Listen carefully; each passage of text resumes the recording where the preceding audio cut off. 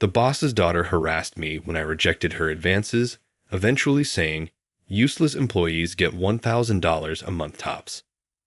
After I submitted my resignation and chose to join a competitor, my manager told me, "Don't take it seriously. Return here immediately." "Can you afford to pay me $10 million a year?" I asked him. Hello, everybody. Greetings from the Revenge Office. I'm going to tell you a fresh story today. Let's begin. I work for the corporation as W. Moore, and I'm 30 years old. I joined this organization 8 years ago after graduating from college.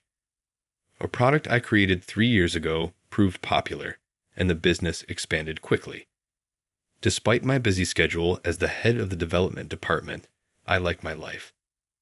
I've gathered the supplies. Will, would you kindly check them? Robert, my subordinate, gave me a hefty file. Despite his oddities, he is a driven individual. Thanks. Hey, you know what? Robert's gossip starts again. What about the boss's daughter? She just joined the company, Compy. Even though everyone would know soon enough, Robert was whispering for some reason. Yeah, I know she joined the HR department, right? That's right. I bet HR is having a tough time working with the boss's daughter. Maybe, but I doubt she'll bring personal matters into work. Well, you never know. If it's the boss's daughter, it could happen. President Jones often bragged about his daughter. He was famous for showing her picture to employees who visited his office. But now that she's joined the company, I'm sure he'll keep his personal life separate from work. It's unfair to judge her before she's even started. Let's just stay neutral. Thanks for the materials, by the way, I said, trying to cut off Robert's gossip. And that's when it happened. President Jones walked in, and with him was a tall woman with long hair. I recognized that face. It was the same face as the one in the photo on the president's desk. Excuse me. At the sound of the president's voice, all the employees stood up and greeted him with, "Good afternoon, sir. Sorry to interrupt your work. I just wanted to introduce my daughter. Come on, Susan, say hello. I'm Susan Jones. Starting today, I'll be working in the HR department. Please don't treat me any differently because I'm the boss's daughter. I'd like everyone to treat me normally. Nice to meet you all." Her father trailed her around for her introduction. Even though she's a working adult, I take back what I said earlier. He's definitely bringing personal matters into the workplace. This doesn't look good for the future. As I listened to Susan's overly sweet voice, dreading what was to come, the two of them approached my desk. "Susan, this is Will, the one who developed that product our company is famous for." "Nice to meet you. I'm Will." "Wow. So someone as young and talented as you developed it. It's such an honor to be working with you. I look forward to it." Susan quit her last job because of issues with her colleagues. With such a cute face and being the boss's daughter, jealousy is bound to happen. "Papa, stop it. That's embarrassing," Susan said, but she didn't seem too unhappy about it. Can't she feel how awkward everyone around her is getting? So everyone, please be kind to her. I'm counting on you. Right? I will? Sure. How about we have a welcome party tonight? You go ahead and arrange it. What? Robert, suddenly assigned by the president, let out a startled yell. Tonight? Excuse me, but finding a place on such short notice. Plus, if you tell people the day of, many won't be able to make it. Just say it's an order from the president. There are plenty of places around. If you try hard enough, you'll find one. It's about having the will to do it. But just do it. Thanks, Papa. Everyone, I'm looking forward to tonight. After the president and Susan left, Robert, setting aside his work, frantically searched for a place. He even convinced the reluctant staff and gathered more participants. That evening, thanks to Robert's hard work, a decent number of people showed up at a decent venue, and the impromptu welcome party began. Susan gave her speech. Since I'm the boss's daughter, you might think I'm not good at my job, so just to be clear, I can do my work. I think I'm even better than the others in HR, so please rely on me. Thank you." The room fell silent, and the employees in HR looked tense. Things were on the verge of exploding at this rate. Someone was going to say something. "All right, everyone, let's give her a round of applause." Sensing the tension, Robert tried to liven things up by prompting applause. A few dry claps followed. "Now, Mr. President, could we get a toast?" Everyone grab your glasses. Robert was desperately trying to keep the momentum going. The room was so cold from the air conditioning, but Robert was the only one sweating. Poor guy. Without a care in the world, the president raised his glass. "All right, everyone, let's do our best from now on. Here's to Susan joining the company." Cheers. In the awkward atmosphere, the clinking of glasses echoed hollowly. Once the party got going, people split into small groups, and it seemed like they were having a decent time. I was the first to praise Robert. "You did a great job. Just finding the place and getting everyone together was tough, but starting the party with that awkward vibe, you handled it well." Seriously, when I saw the faces of those HR employees, I broke out in a cold sweat. I thought something was going to go down. Yeah, no kidding. Now it makes sense why she didn't fit in at her last jobs. Exactly. No way that would have gone well. While we were talking, Susan came over. "Would you mind giving me your seat?" she asked Robert. "Oh, sure. Go ahead." "Wait a second. I'm definitely not okay with this." But I couldn't say that, so all I could do was glare resentfully at Robert as he walked away. I didn't get to do more than say hello earlier. "So I hope you don't mind me sitting next to you," Susan said as she took her glass and sat next to me. "Let's have a proper toast." Since Susan was insisting, I had no choice but to pick up my glass and lightly clink it against hers. "So, Will, do you have a girlfriend?" That was pretty sudden. I accidentally said what I was thinking. That's a bit sudden, don't you think? Well, it's the thing I'm most curious about. So do you? Do you have one? No, unfortunately, I don't. That's not unfortunate. That's super lucky for me. What? I'm also single right now. I was just starting to think about finding someone and getting married. And what does that have to do with me? I'm so glad I joined my dad's company. I never imagined I'd meet such a great guy. I think I'll put myself forward as a candidate to be your girlfriend. I'm really looking forward to work tomorrow. Wait, does she actually like me? I felt a wave of dread and chugged my beer in one go. As the welcome party wrapped up, people started splitting into groups, some heading to a second party and others to karaoke. Since I had an early morning the next day, I decided to leave after the first party. I stepped outside the venue, and then Susan approached me again. Will, what are you doing after this? Everyone's going to karaoke, but how about the two of us go somewhere quiet for a drink? Aren't you going home with your dad? I sent Papa home early. This is young people's time now. Come on, let's go. I frantically searched for an excuse to turn her down. I actually have an early morning meeting with a client. They insisted on that time, so I can't be late. I need to prepare, so I'm heading home. It was a desperate lie, but Susan didn't seem to doubt me. As expected of Will, always busy.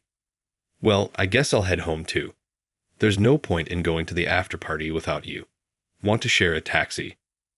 No, I'm good. There are still trains running, so I'll take one. Thanks though. Have a good night. I practically ran away and headed for the station. Man, I'm exhausted, more tired than from work. I got on the train and sat down, feeling the exhaustion hit me all at once. I must have dozed off because I almost missed my stop. I jumped off the train in a panic just in time. The next day, as soon as I arrived at work, Susan came over. Good morning, Will. Good morning. I felt a bit awkward having lied to her the day before. Are you free tonight? How about dinner? Sorry, I have a meeting with a client tonight. I quickly came up with another lie. You're really busy both morning and night, Will. That's too bad. But I'll try again. With that, Susan left the room. Seems like the boss's daughter really likes you, Will. What did you do after yesterday? Me? I went to karaoke. You should have come. Will, what did you end up doing? The boss's daughter invited me to a bar, and it took everything I had to turn her down. I looked for you for help, but you were gone, so I had to escape on my own. Sounds like she's really into you. Is that so? Isn't it obvious? I mean, she's pretty enough, so it's not too bad, right? Though let's set aside her personality for now. Her personality? I'm not sure. It would be fine if she's just naive and cheerful, but that's more for everyone else's sake than mine. Yeah, I really hope that's the case. But our hopes were in vain as Susan's personality turned out to be awful. Not only did she slack off at work while using her status as the boss's daughter as a shield, but she also blatantly bullied the female employees who were popular among the male staff. There were even employees who had gone to their supervisors saying they wanted to quit because of her. At first, I wasn't sure if this was just people making assumptions because she was the boss's daughter, but one day I witnessed it myself. Hey, your name's Jennifer, right? You're useless at your job. So why are you busy flirting with the guys? If you've got time for that, you should be working. My dad pays you for your work, not for flirting with men. If you're not going to do your job, you should just quit. You're a nuisance. From the context, I could tell it was Susan speaking. The other person wasn't saying a word, so I wasn't sure who it was. What's with those flashy clothes? Why are you even here? Not that it matters since they don't suit you at all. Have you even looked in a mirror? She was saying some pretty harsh things all while ignoring her own behavior. Should I step in and help? Just as I thought that, the locker room door flew open, and Jennifer rushed out. For a brief moment, our eyes met. Her eyes were red and wet with tears. She paused for a moment in surprise, then greeted me before running off. A few seconds later, Susan came out as if nothing had happened, smiled at me, and said, "Good work today. Lovely weather, isn't it?" Then she walked away. That's when I realized that everything people were saying about Susan was true. But Susan didn't care at all about her reputation. I wondered if she would try to invite me out again. Lately, she'd been asking me to go out for dinner or hang out on weekends almost every day, but I've refused every time. I really wish she'd figure out that it was becoming a nuisance. Will, as the end of the workday approached, Susan came over again. You have to go out with me. If you turn me down again, I'll really be sad. I silently sighed to myself. If I don't turn her down, this will keep going on forever. I had been holding back because she's the boss's daughter, but I decided to face it head on. Susan, I'm sorry. Right now, I'm really enjoying my work, and I have no interest in dating anyone. Even if the time comes when I want to, I don't think it will be with you, so I can't see you alone outside of work. I apologize. I apologized sincerely and then looked at Susan. Her face had turned bright red with anger, and she was trembling. I see. I thought you were better than the others in this company, but I guess not.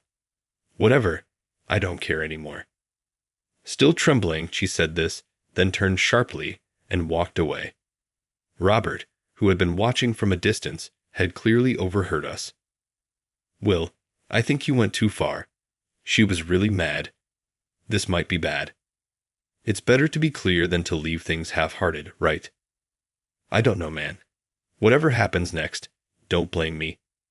Don't say scary stuff like that. Nothing's going to happen, right? But Robert's concern turned out to be right. The next day, Susan started harassing me. Will, are you here? Yes. This invoice isn't going to be approved. Why not? Why? Because I said so. Is that even a valid reason? On another day, she said something like this. Will, did you do something to Jennifer from HR? She's saying she wants to quit, and I saw you making her cry. Before that was you, wasn't it? I almost said it, but stopped myself. There's no point in arguing. If she wants to spread rumors or keep up the harassment as payback, she can go ahead. I'll just keep doing my job. But one day, I finally reached my breaking point. Do you really think this kind of high expense will get approved? It's necessary for new initiatives on one of our main products. Please approve it. Don't get cocky just because you developed one product. This company can run just fine without that item. That's why these expenses are necessary, to make it even better. Oh please, you're probably just using that money to go out drinking. Hiding behind the excuse of product development. Sounds like something an incompetent employee would do. I don't think we need someone like you here anymore. I'll keep you around, but with a pay cut. Is that your opinion? My opinion is my dad's opinion. Your salary is now $1,000 a month.